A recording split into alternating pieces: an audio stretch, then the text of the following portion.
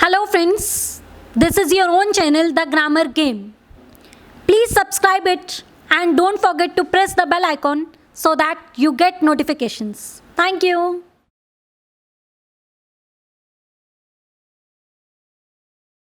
कई लोगों को इंग्लिश की बहुत नॉलेज है, वो बहुत पढ़े लिखे भी हैं, लेकिन फिर भी उनको फ्लुएंट इंग्लिश बोलने में परेशानी आती है। अगर आप भी उनमें से एक हैं तो you are at the right place, you are watching the right channel, you have clicked on the right channel, the grammar game. कोई कहता है इंग्लिश सीखने के लिए वोकैबुलरी सीखो, सीख ली। कोई कहता है फ्लुएंट इंग्लिश सीखने के लिए ग्रामर सीखो, सीख ली। कोई कहता है फ्लुएंट इंग्लिश सीखने के लिए प्रोनाउंसिएशन सीखो, सीख ली। लेकिन फिर भी फ्लुएंट इंग्लिश बोलनी नहीं आई। अब करें तो करें क्या? परेशान हो गए। एक मिनट, परेशान क्यों होते हो? मैं हूं ना, मैं आई हूं ना आपकी मदद करने के लिए। Welcome back to the grammar game.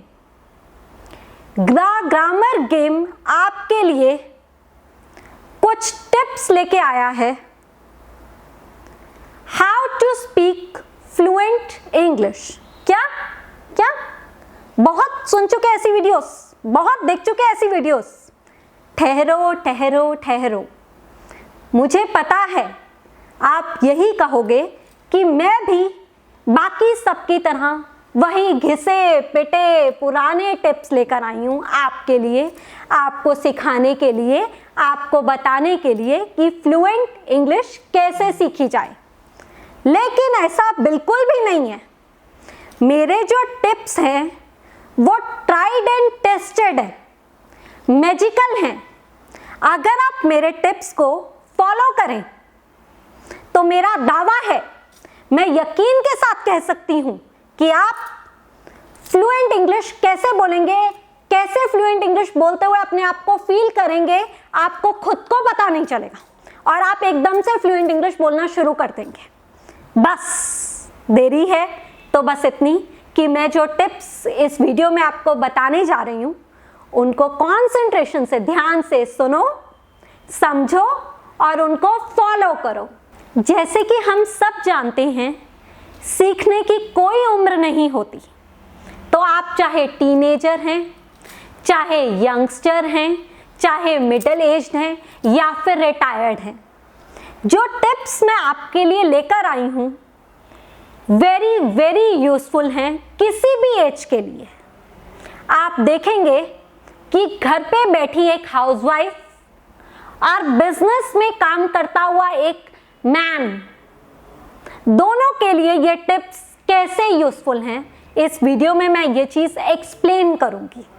मैं आपसे एक सवाल पूछती हूँ, एक सवाल का जवाब दीजिए मुझे। कोई भी काम शुरू करने से पहले सबसे ज्यादा जरूरी क्या है? बता सकते हैं? बिल्कुल सही, आपने बिल्कुल सही सोचा। कोई भी काम शुरू करने से पहले सबसे ज्यादा जरूरी है will power and grim determination. Will power मतलब इच्छा शक्ति एंड ग्रिम डिटर्मिनेशन मतलब दृढ़ निश्चय। हमारे अंदर किसी चीज को सीखने का जज्बा होना चाहिए, दिल में आग लगी होनी चाहिए, एक फतूर छाया होना चाहिए सिर पे कि हाँ हमें सीखना ही है। सीखने की लगन, किसी भी चीज की लगन हमें अपने एम तक पहुंचा सकती है। हमारे अंदर अगर लगन हो, अगर दृढ़ निश्चय हो, अगर इच्छा शक्ति हमारी स्ट्रांग हो, अगर सोच लिया हो, अगर ठान लिया हो, तो हम कुछ भी कर सकते हैं। आपने सुना होगा, मुश्किल नहीं है कुछ भी अगर ठान लीजिए। Nothing is impossible. इम्पॉसिबल कुछ नहीं है। अगर इंसान के अंदर कोई कमी है तो वो है इच्छा शक्ति की। सीखने का जज्बा हमारे अंदर अगर आ जाए, अगर वो जोश आ जाए, अगर वो लगन आ जाए, अगर लगन लग जाए, तो हम कोई भी चीज बहुत आसानी से सीख सकते हैं। तो हमारा first step, one should have will power as well as grim determination. सबसे पहले इच्छा शक्ति अपनी जगाइए अपने अंदर, अपने आप को सबसे पहले राजी करवाइए कि हाँ, हमें इंग्लिश सीखनी ही है। अगर आपने अपनी इच्छा शक्ति जगा ली तो आधी लड़ाई तो आप जीत गए, यानी कि समझिए इंग्लिश सीखने की पहली सीढ़ी आप चढ़ गए। अब आपको ज्यादा वक्त नहीं लगेगा इंग्लिश सीखने में। तो ये था हमारा first step, will power and grim determination.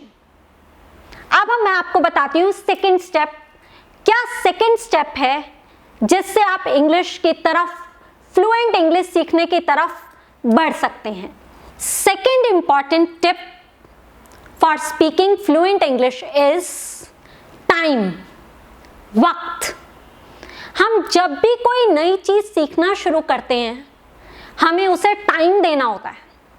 वक्त बहुत इंपॉर्टेंट है इस टॉपिक में, बहुत मायने रखता है इस टॉपिक में। क्यों? हम इंसान का एक ह्यूमन साइकोलॉजी है, हम बहुत जल्दी पेशेंस लूज कर देते हैं। जब भी हम कुछ सीखते हैं, सीखना शुरू करते हैं, हमारे मन में सबसे पहले ये प्रश्न उठता है, पॉपअप होता है कि कितना टाइम लगेगा। हम यही सोचने में ही अपनी एनर्जी वेस्ट कर देते हैं कि कितना टाइम लगेगा। अगर हम सोचने में अपनी एनर्जी को वेस्ट ना करके एकदम से एक्शन लें और एक्शन लेकर अपनी एनर्जी को वहां पे लगाएं, अपनी एनर्जी को वहां यूटिलाइज करें जिस चीज को हम सीखना चाहते हैं, तो हम जल्दी सीख पाएंगे, हमारे को कम टाइम लगेगा। मैं आपको एग्जांपल देती हूँ। एक ह्यूमन नेचर है ये। मान लीजिए किसी को वेट रिड्यूस करना है, किसी को भी, आजकल वेट रिड्यूस करना बहुत आम हो गया है। तो लोग क्या करते हैं, पहले वेट रिड्यूस करने के लिए उनको टाइम देना पड़ता है अपने आप के, अपनी बॉडी पे। जैसे वॉक करनी पड़ती है, बैलेंस डाइट खानी पड़ती है, एक्सरसाइज करनी पड़ती है। यानी कि अगर वो अपनी बॉडी को टाइम देंगे तभी वो वेट रिड्यूस कर पाएंगे। Same is the case with English. और हर चीज के साथ ये सेम केस होता है। हम कोई भी नई चीज सीखते हैं तो हमें उस पर टाइम देना पड़ता है। तो आपको दिन के 24 घंटों में से सिर्फ 1 घंटा निकालना है। उस 1 घंटे में रोज इंग्लिश के 5 सेंटेंसेस, 5 इडियम्स एंड 5 फ्रेसेस लिखने हैं। आप ये सेंटेंसेस किसी भी ग्रामर बुक से ले सकते हैं। फॉर एग्जाम्पल, मैं आपको कुछ सेंटेंसेस बताती हूँ जो हम अपनी डेली रूटीन में यूज करते ही करते हैं।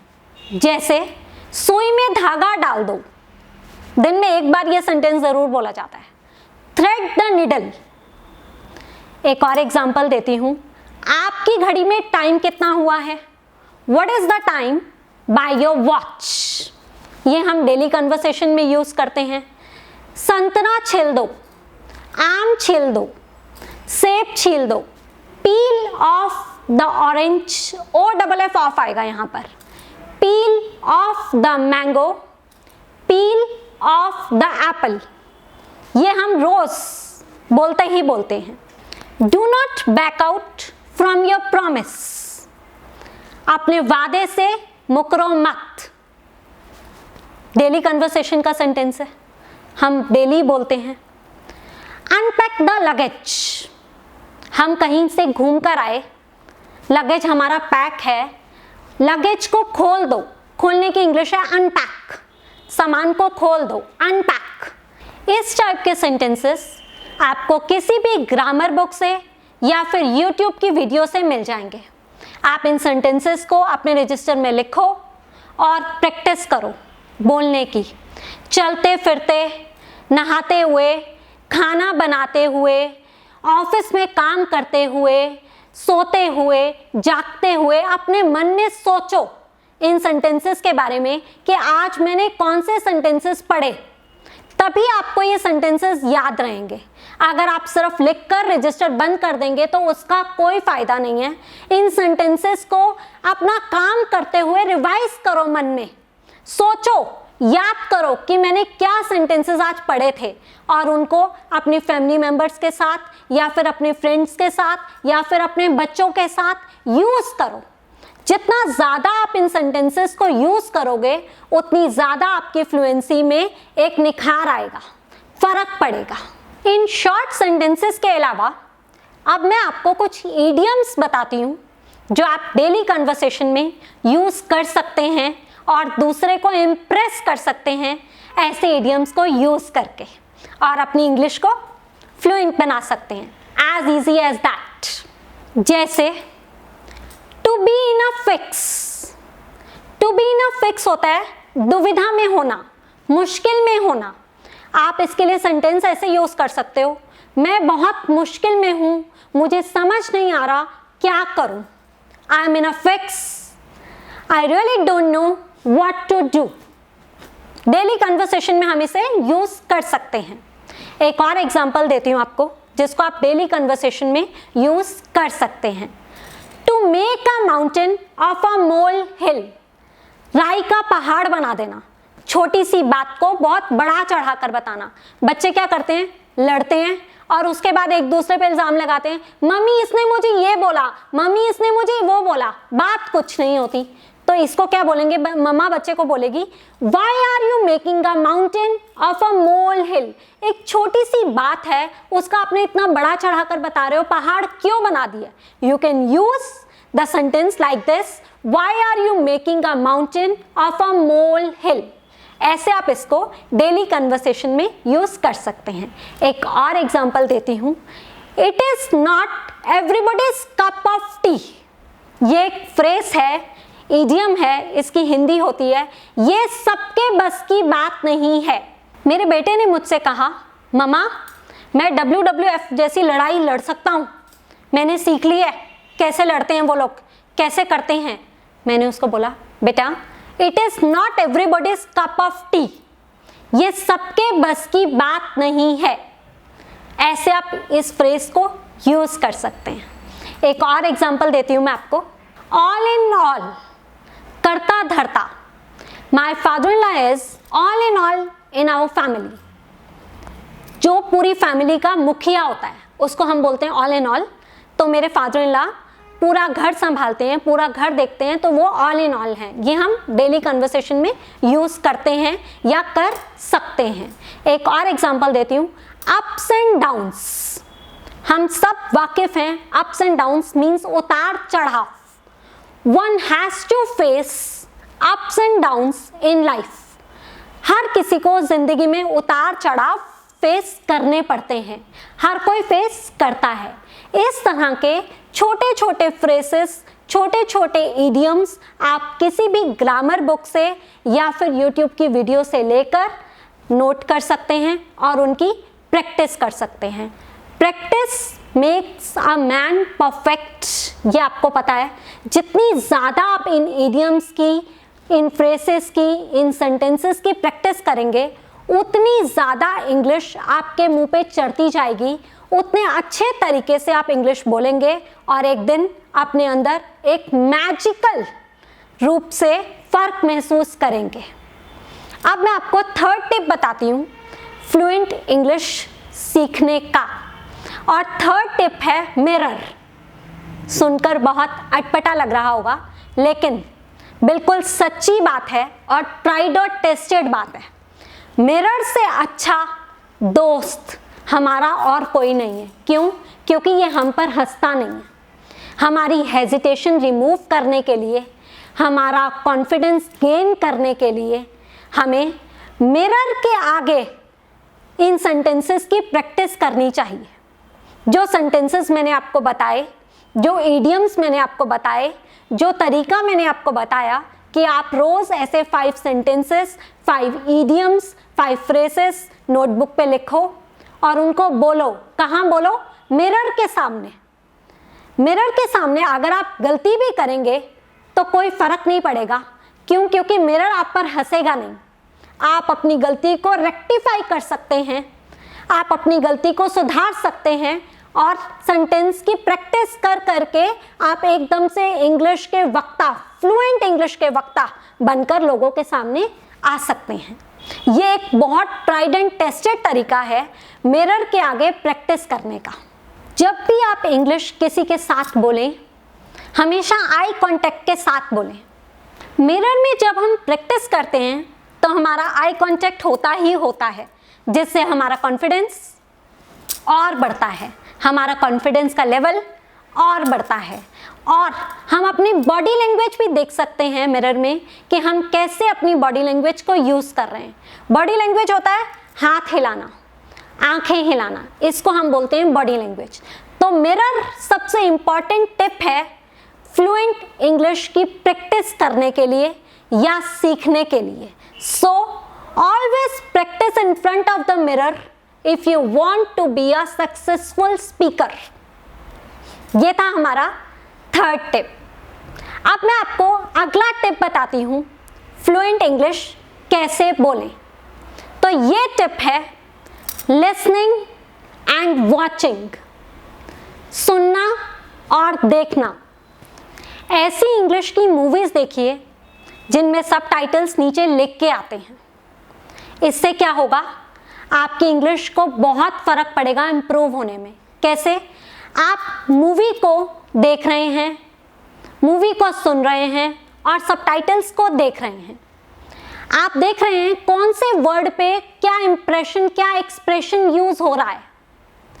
सुनने से बहुत फ़र्क पड़ता है हमारी लैंग्वेज में, क्योंकि हम हिंदी कितनी अच्छी बोलते हैं। क्या हिंदी हमें किसी ने सिखाई है? हमने सुन सुनकर सीखी है। ऐसे ही अगर हम इंग्लिश की मूवीज़ देखेंगे जिनमें सबटाइटल्स होते हैं, हम सुन सुनकर इंग्लिश भी सीख जाएंगे। सिर्फ एटमॉस्फेयर की बात है, हमें एटमॉस्फेयर क्रिएट करना है और वो हम करेंगे इंग्लिश की मूवीज़ देखकर, इंग्लिश चैनल्स देखकर, न्यूज़पेपर पढ़कर। जितना ज़्यादा हम न्यूज़पेपर पढ़ेंगे, जितना ज़्यादा हम इंग्लिश के चैनल्स देखेंगे, मूवीज़ देखेंगे सबटाइटल्स वाले, उतनी जल्दी हम इंग्लिश को समझना शुरू करेंगे और उतनी जल्दी हम इंग्लिश को बोलना शुरू करेंगे। ऐसे हमारा इंग्लिश का एटमॉस्फेयर बनेगा। हमें ज़रूरी नहीं है कि कोई कंपनी ही चाहिए जिसके साथ हम इंग्लिश बोलें, इंग्लिश की प्रैक्टिस करें, तभी हम फ्लुएंट इंग्लिश बोल पाएंगे। हम इंग्लिश मूवीज़ देखकर भी फ्लुएंट इंग्लिश बोल सकते हैं, हम न्यूज़पेपर पढ़कर भी फ्लुएंट इंग्लिश बोल सकते हैं। क्या होगा, हम जब इंग्लिश मूवीज़ देखेंगे सबटाइटल्स वाली, हमें एक बार समझ नहीं आएगी, 2 बार समझ नहीं आएगी, 3 बार समझ नहीं आएगी, लेकिन धीरे धीरे we will be used to it. हमें इसकी आदत पड़ जाएगी और उसके बाद हम देखेंगे कि हमें कैसे इंग्लिश मूवीज़ इतनी अच्छी से समझ आती हैं कि हमारा इंटरेस्ट सिर्फ इंग्लिश मूवीज़ पर ही हो गया है। अब हमने हिंदी मूवीज़ देखनी बंद कर दी हैं। यकीन मानिएगा, ऐसा टाइम आएगा जब आप इंग्लिश मूवीज़ ही देखेंगे, हिंदी मूवीज़ देखना बंद कर देंगे।